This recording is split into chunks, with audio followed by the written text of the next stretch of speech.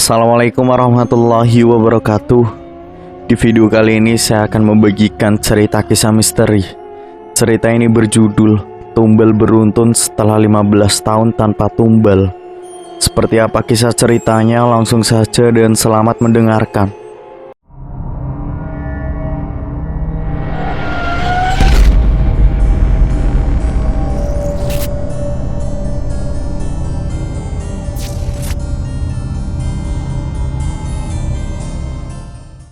Tepat di tahun 2000-an, di usia Ningsih 22 tahun, itu awal mula petaka yang harus dialami olehnya. Orang tuanya sebut saja Pak Darji dan Bu Sumi. Keduanya meninggal secara beruntun.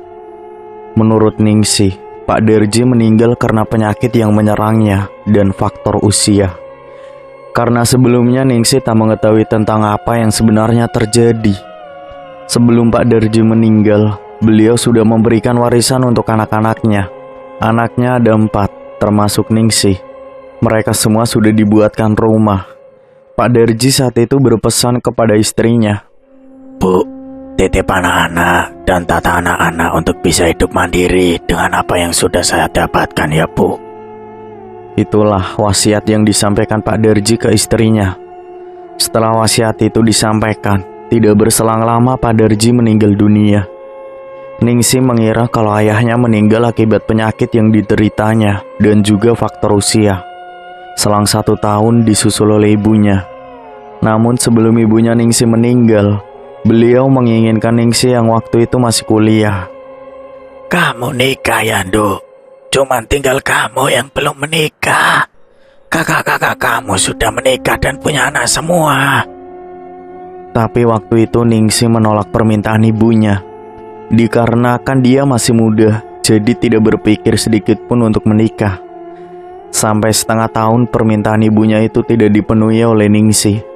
Dan tepat 1 tahun setelah ayah kandungnya meninggal, disusul oleh ibunya. Kematian ibunya merupakan duka mendalam bagi Ningsih, karena ia tidak bisa memenuhi keinginan ibunya untuk terakhir kalinya. Setengah tahun berlalu, tepat di tahun 2000-an. Ningsih baru akan menikah dengan salah satu seorang alim ulama. Seorang lulusan dari pesantren yang sangat dikenal oleh Ningsih bahwa dia orang yang baik. Namun ia tak punya pekerjaan. Dia anak dari seorang kiai. Ningsih meminta kakak-kakaknya untuk datang ke rumah calon suaminya, yaitu Mas Hasan, yang menurut Ningsih dia adalah lelaki yang bisa membimbingnya. Melalui bantuan ketiga kakaknya, salah satunya yang paling tua itu datang ke rumah Pak Kiai, menjelaskan secara langsung keinginannya. "Pak Kiai, bolehkah Hasan menikah dengan adik saya, Ningsih?" Akhirnya Ningsih menikah dengan Hasan tepat di tahun 2000. Pernikahan mereka digelar dengan mewah karena Ningsih mendapatkan banyak warisan dari orang tuanya. Ningsih sebagai anak perempuan satu-satunya yang mendapat warisan paling banyak ketimbang ketiga kakaknya. Setelah menikah dengan Hasan, latar belakang Hasan yang seorang alim ulama.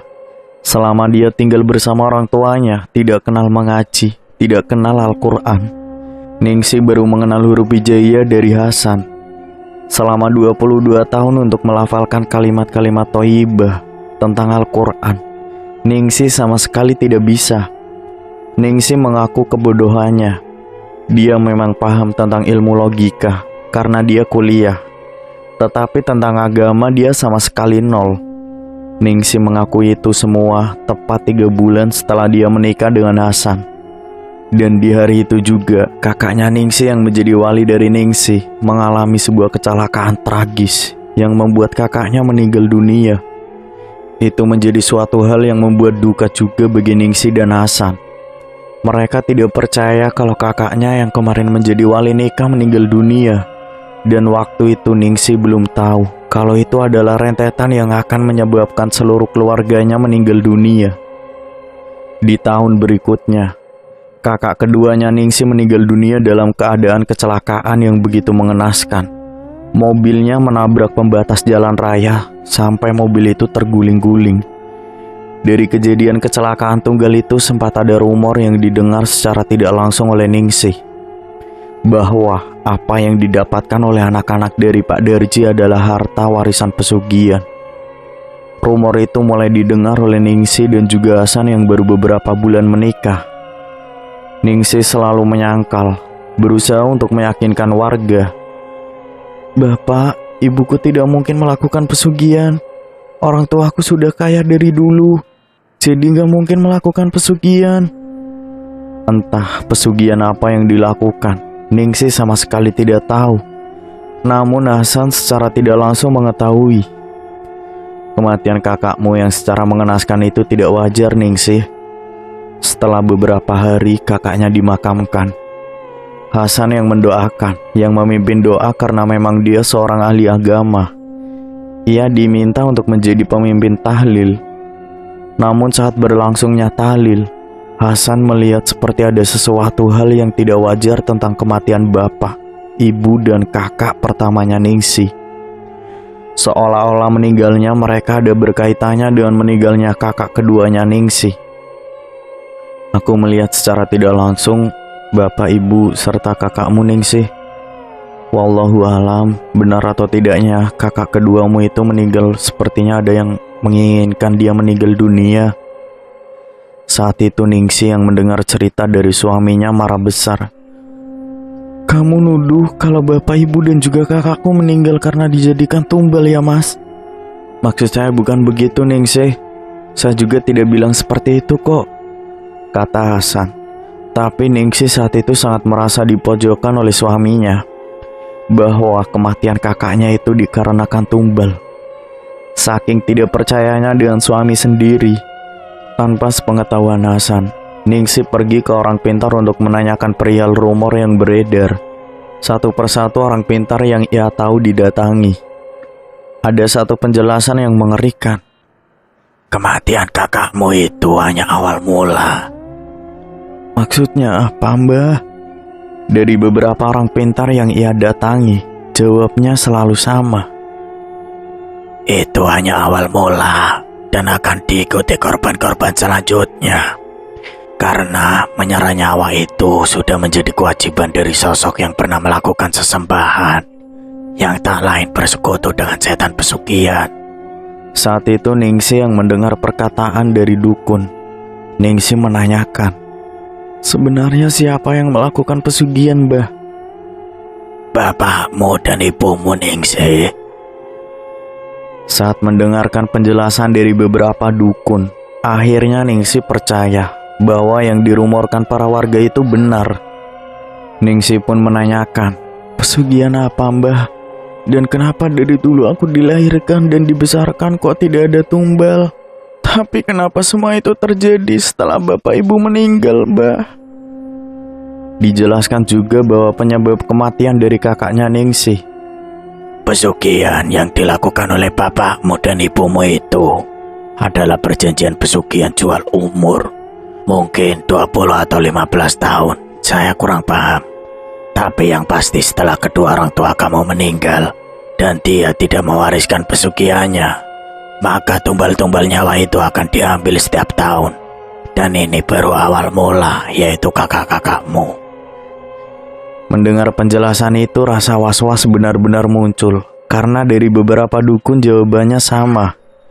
Ningsih yang sudah mendapatkan jawaban dari rumor itu, ia pun akhirnya menceritakan ke Hasan bahwa apa yang disangkakan selama ini itu benar.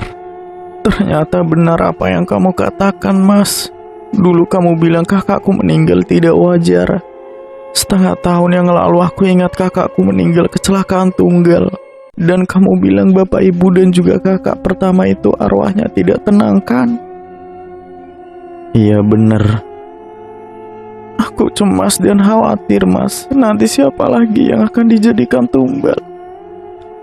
"Shh, kamu gak boleh ngomong kayak gitu. Kamu banyak-banyak berdoa dan meminta perlindungan kepada Allah." Sampai singkat cerita, ternyata tumbal itu berlanjut.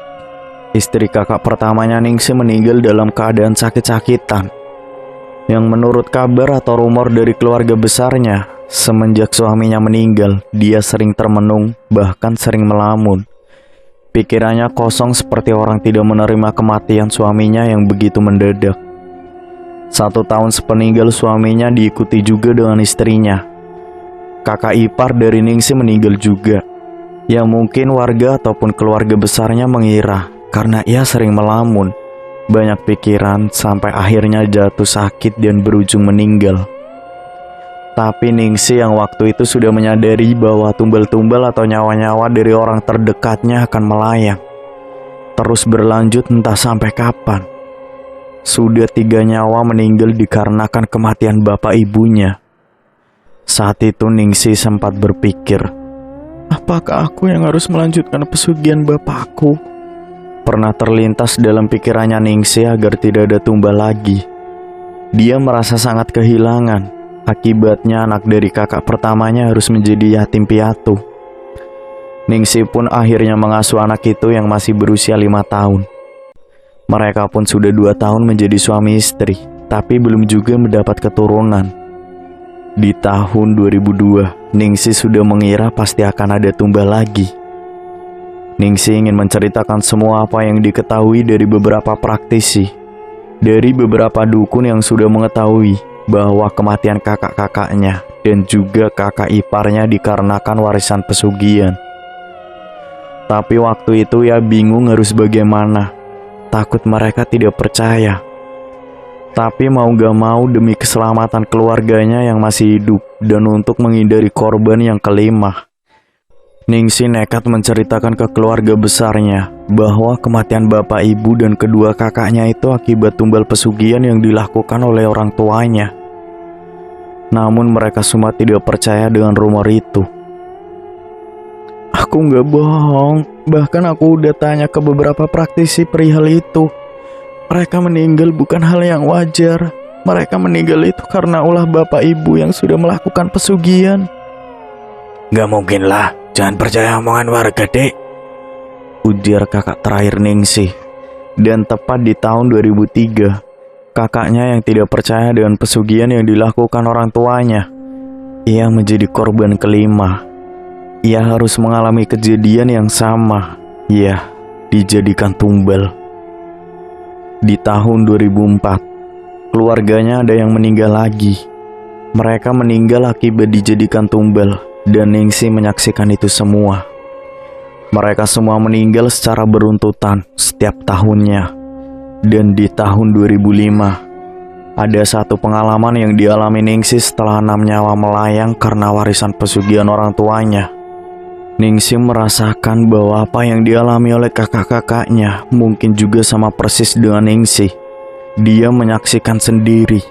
Setiap malam saat Ningsih tertidur, dia seperti digerayang. Dada serasa sesak seperti ditindih sampai tidak bisa bernafas.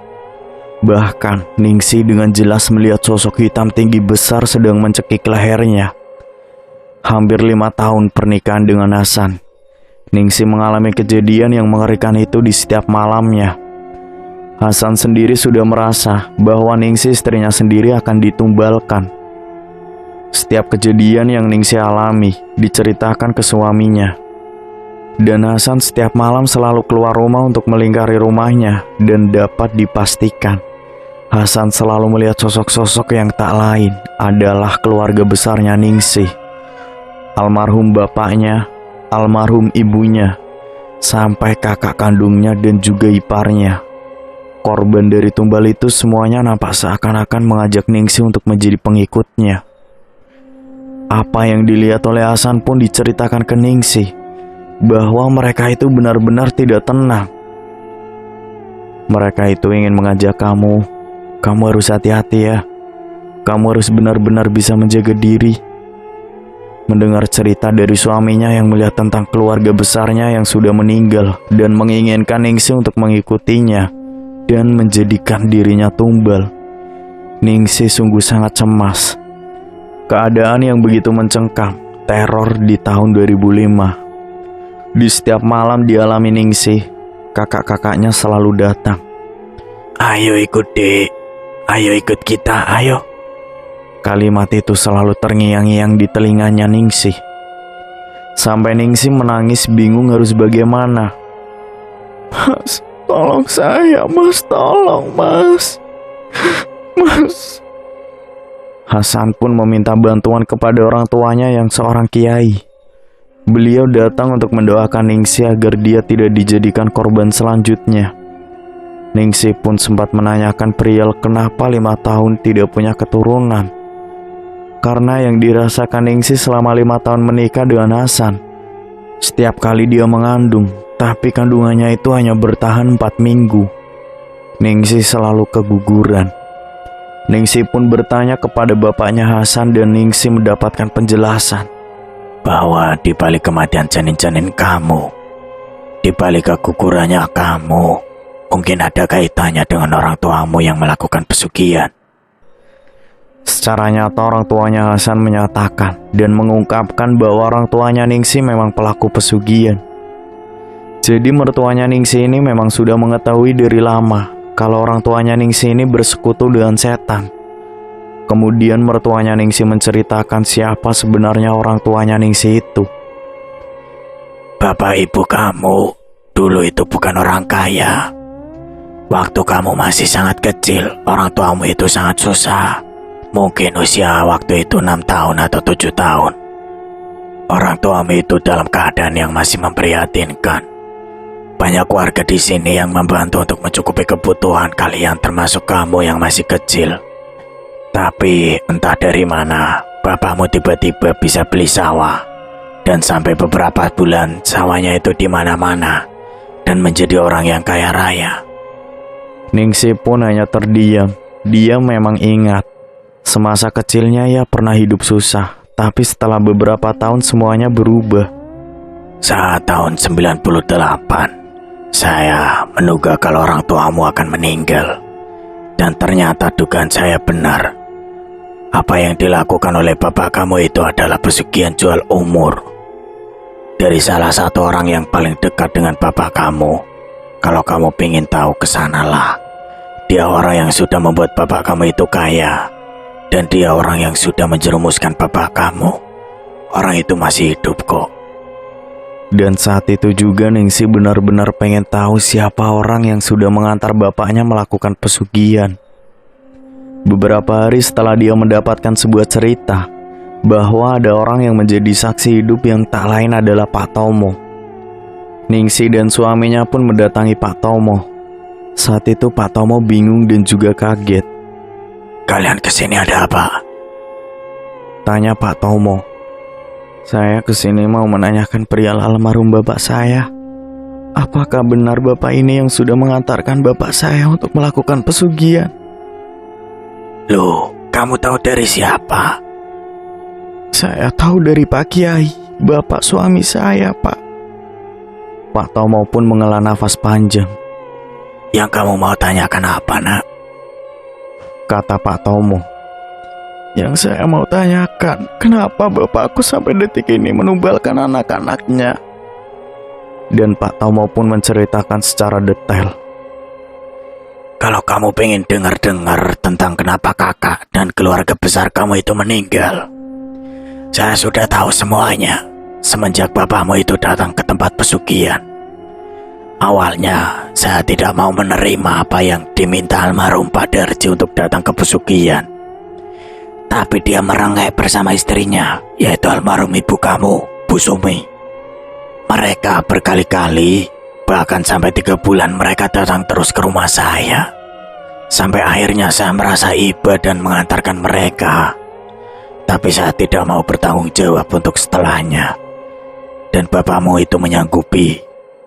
Dia melakukan ritual bersama ibu kamu. Di dalam ritualnya itu tidak cuma sehari 2 hari, tapi sampai 21 hari. Dan kalian, anak-anaknya yang masih kecil waktu itu, ikut dan dititipkan ke saya. Oh iya, saya ingat, Pak.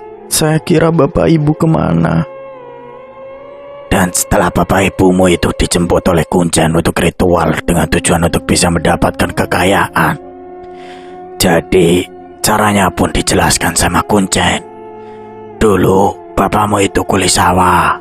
Dan keinginan orang tuamu itu kepingin punya banyak sawah. Dan yang membuat saya benar-benar tidak percaya, ternyata pesugihannya itu pesugihan jual umur.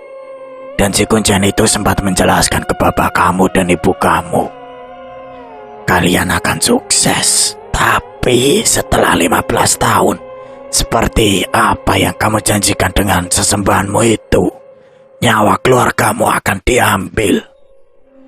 Itu kalimat yang diucapkan oleh Kuncen waktu itu. Ningsih dan Hasan mendengarkan apa yang diceritakan Pak Tomo dengan tenang. Pesugihan jual umur 15 tahun. Kesuksesan dan kekayaan akan diraih oleh bapak ibu kamu. Dan kamu juga menikmatinya. Tapi ada satu penjelasan dari si Kuncen.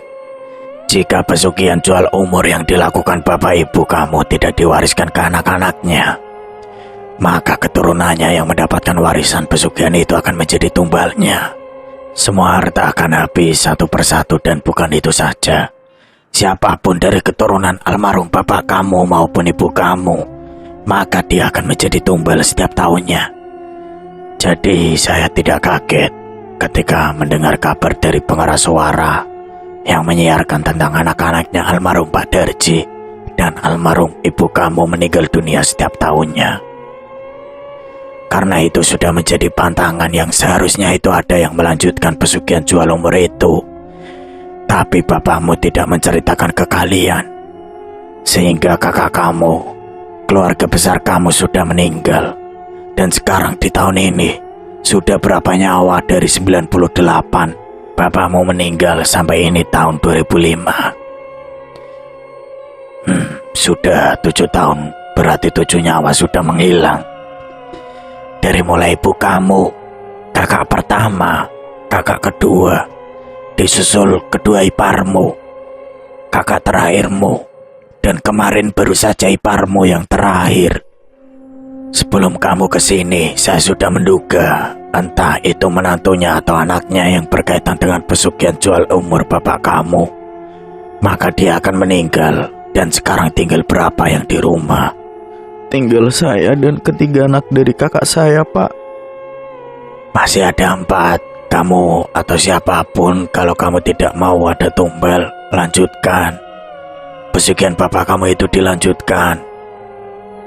Sungguh saran dari Pak Tomo gila. Ningsih disuruh meneruskan pesugihan yang saat itu suaminya Ningsih seorang anak kiai. Dan saat itu Hasan bilang, "Tidak mungkin Pak Tomo. Saya melarang dan itu sudah musyrik menyekutukan Allah." Saat itu Hasan langsung mengatakan tidak mungkin. Apalagi itu istri saya. Apapun yang terjadi, kalaupun dia harus meninggal karena warisan pesugihan bapaknya, saya siap menjadi tameng. Semoga Allah melindungi saya dan istri saya, Pak. Dan saat itu Pak Tomo bingung. Dia menundukkan kepala. Ya sudah, terserah kalian, tapi itu yang menjadi pantangan yang harus kalian hadapi. Ningsih, di antara kalian nanti mungkin 2006, 2007 ataupun 2008, pasti akan ada nyawa lagi yang melayang. Setelah mendengar penjelasan dari Pak Tomo, Ningsih sempat kepikiran lagi. "Mas, aku harus melanjutkan. Aku tidak mau keluarga besarku meninggal semua." Tapi Hasan melarang. "Sudah Ningsih, semua itu pasti ada sebab musabahnya. Kamu mau melakukan apa yang dikatakan Pak Tomo. Kamu berarti sudah tidak menghargai suami kamu. Kamu ikut aku atau kamu pilih ikut pesugihan seperti bapak kamu.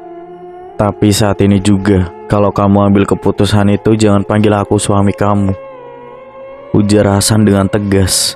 Dia akan menceraikan Ningsih kalau dia benar-benar ikut ke pesugihan. Beberapa hari merenung, bingung harus bagaimana. Sampai akhirnya Ningsih memilih untuk dekat dengan suaminya. Tapi di tahun 2006 semenjak lolosnya Ningsih, apa yang dikatakan Pak Tomo benar-benar terjadi. Tahun 2006-2007, rentetan tumbal-tumbal yang beruntun itu terjadi. Sampai tinggal satu, yaitu anak yang diasuh oleh Ningsih. Tepat di tahun 2008, pertengahan menjelang 2009, ada satu kejadian yang membuat Ningsih benar-benar terpukul. Karena anak yang diasuh oleh Mbak Ningsih, yang saat itu sudah duduk di bangku SMP kelas 1, harus meninggal ketika dia berangkat sekolah. Ningsih mendapat kabar kalau anak yang dirawatnya itu mengalami kecelakaan yang tragis, yang membuat anak itu meninggal di lokasi. Ningsih yang mendengar kabar itu pun sampai jatuh pingsan. Ningsih teringat lagi akan Pak Tomo. 4 tahun yang lalu di tahun 2005 bahwa semuanya akan habis. Semuanya akan meninggal. Dan saat itu Ningsih benar-benar tidak percaya. Ternyata apa yang dikatakan Pak Tomo itu benar-benar terjadi. Semua keluarga besarnya habis, tidak tersisa kecuali Ningsih. Hasan pun sudah mengetahui bahwa petaka itu akan terus berlanjut. Ia pun khawatir Ningsih yang juga akan ditumbalkan. Kamu sebaiknya ikut sama saya. Kebetulan bapak punya tanah kosong yang kemarin dibangun rumah yang katanya untuk kita, Ningsih. Kita sebaiknya pindah dari rumah warisan orang tuamu. Terus rumah ini mau diapain, Mas? Udah tinggalkan saja. Saya tidak mau ada apa-apa dengan kamu. Lagian kita sudah berapa kali berusaha untuk mendapatkan keturunan. 9 tahun aku menikah dengan kamu, Ningsih. Dan apa kamu tidak melihat semua harta warisan dari bapak kamu yang ditinggalkan kakak-kakak kamu, semuanya itu udah habis. Dengan berbagai macam jalan. Ada yang sakit sampai 1 tahun harta itu harus dijual. Rumah sawah semua dijual. Dan ini tinggal rumah ini. Kita sebaiknya meninggalkan rumah ini. Beberapa bulan sepeninggal anak yang diasuh oleh Ningsih, mereka akhirnya ambil keputusan untuk meninggalkan rumah warisan orang tuanya Ningsih. Ningsih ikut dengan Hasan. Sampai singkat cerita, baru beberapa bulan dia tinggal di rumah Hasan, Ningsih kembali hamil tepat 4 bulan mereka pindah di rumah baru. Namun saat itu Ningsih teringat kalau anak-anaknya yang dilahirkan juga akan menjadi tumbal. Ningsih sangat hati-hati menjaga kandungannya itu.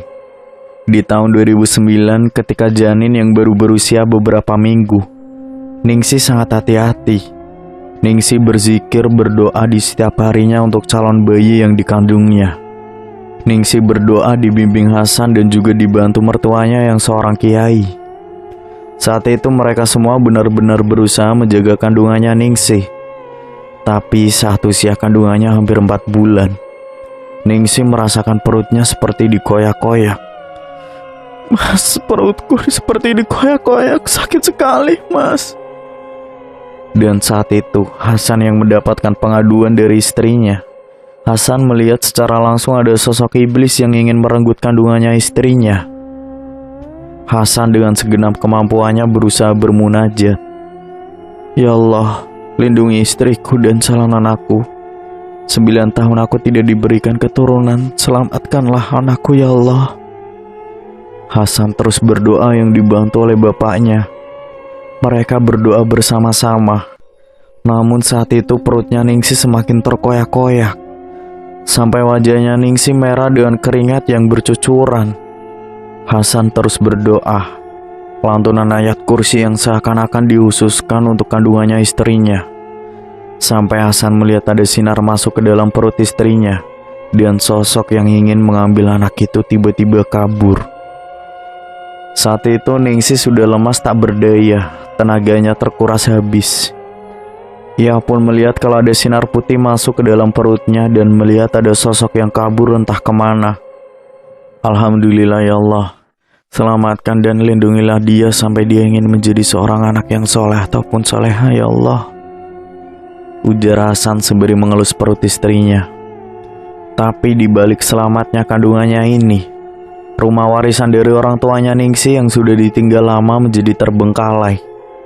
Dari penjelasan beberapa warga, mereka mengadu kalau rumah itu seperti rumah teror pesugihan. Banyaknya orang-orang yang sudah meninggal, terutama keluarga besarnya Ningsih dari bapak ibu, sampai suaminya itu sudah di rumah itu yang sering menakut-nakuti warga. Ningsih yang mendengar penjelasan dari beberapa warga, penasaran dan ada rasa ingin tahu. Apakah benar yang dikatakan para warga itu? Mereka datang di sore harinya. Ketika pintu itu dibuka, Hasan melihat bayangan seluruh keluarga istrinya dengan wajah dan keadaan yang sangat memprihatinkan dan mengerikan. Di belakang tubuh almarhum bapak ibunya Ningsih ada sosok yang menjaga mereka. Ningsih yang baru beberapa langkah masuk ke dalam langsung menjerit ketakutan. Mas, tolong mas, itu apa mas? Hasan yang mengetahui itu adalah arwah atau jin yang memanfaatkan keluarga besarnya Ningsih yang memang semuanya itu meninggal karena ditumbalkan. Hasan langsung memanjatkan doa sembari duduk bersila di depan pintu masuk. Ningsih mundur ke belakang menunggu suaminya selesai. Setelah semua selesai, sang suami mengajak Ningsih untuk melihat ke dalam. Suasana rumah itu memang mengerikan. Banyak suara benturan, tangisan dan jeritan yang tak lain itu suara dari keluarga besarnya. Ningsih sampai menitikkan air mata karena mendengar suara jeritan mereka. Mas, tolong mas bantu keluarga saya. Jangan jadikan mereka budak pesugihan. Selamatkanlah mereka mas. Berdoa saja agar mereka itu bisa ditempatkan di sisi yang terbaik, di sisi Allah Subhanahu wa Ta'ala. Doakan saja karena hanya kita yang bisa mendoakan. Dan hanya kamu satu-satunya keluarga yang masih hidup, Ningsih. Ningsih pun meminta bantuan ke suaminya untuk mendoakan. Ikuti aku. Ningsih pun membacakan ayat suci Al-Quran bersama suami. Sekitar jam 4, suara tangisan itu masih nyaring didengar oleh Ningsih. Dengan badan yang gemetar, Ningsih membacakan doa sembari menangis. Sudah, kamu fokus saja berdoa. Doakan mereka agar mereka itu tenang. Ikuti aja apa yang aku baca. Hasan berdoa di ruangan tengah. Dia duduk bersila dengan beralaskan lantai yang berdebu. Setelah doa yang dipanjatkan oleh keduanya selesai, suara benturan, suara tangisan, dan juga suara jeritan itu hilang secara tiba-tiba. Mas, keluar mas, aku tidak kuat. Mas. Ningsih sudah benar-benar tak kuat melihat mereka yang kesakitan. Mereka berdua pun mengunci kembali pintu rumah itu. Sesampainya di rumah, mertuanya Ningsih menyarankan, Hasan, Ningsih, sebaiknya rumah itu dihancurkan agar tidak mengganggu warga sekitar. Dan kalau bisa, setelah rumah itu dihancurkan, wakafkan saja untuk masjid ataupun musola, atau hal-hal yang bermanfaat untuk warga. Yang intinya untuk almarhum keluarga kamu yang sudah meninggal. Semoga dengan tanah itu yang dijadikan hal-hal yang baik bisa menjadikan doa yang mengalir untuk orang-orang yang sudah meninggal. Tidak berselang lama, Hasan meminta beberapa orang menghancurkan rumah itu. Tapi saat kejadian menghancurkan rumah itu ada beberapa pekerja yang mengalami kesurupan. Dan itu sangat mengerikan. Sampai para pekerja ada yang mundur. Mereka tidak berani untuk merobohkan rumah itu.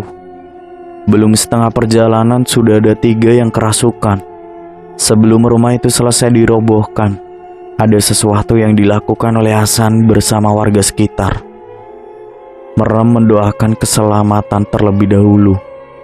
Berdoa secara berjamaah, dan semenjak saat itu tidak ada kejadian kerasukan lagi. Rumah itu pun rata dengan tanah dan diwakafkan untuk dibangun sebuah masjid. Masjid itu sengaja dibangun oleh Ningsih yang dibantu para warga. Para donatur yang membuat tempat rumah bekas pesugihan yang diratakan dengan tanah untuk digunakan beribadah oleh banyak orang. Semoga almarhum keluarga besarnya Ningsih bisa tenang di alam sana. Amin, amin ya robbal alamin. Semoga dari kisah cerita ini kita bisa ambil pelajaran dan hikmahnya. Saya pamit undur diri. Wassalamualaikum warahmatullahi wabarakatuh.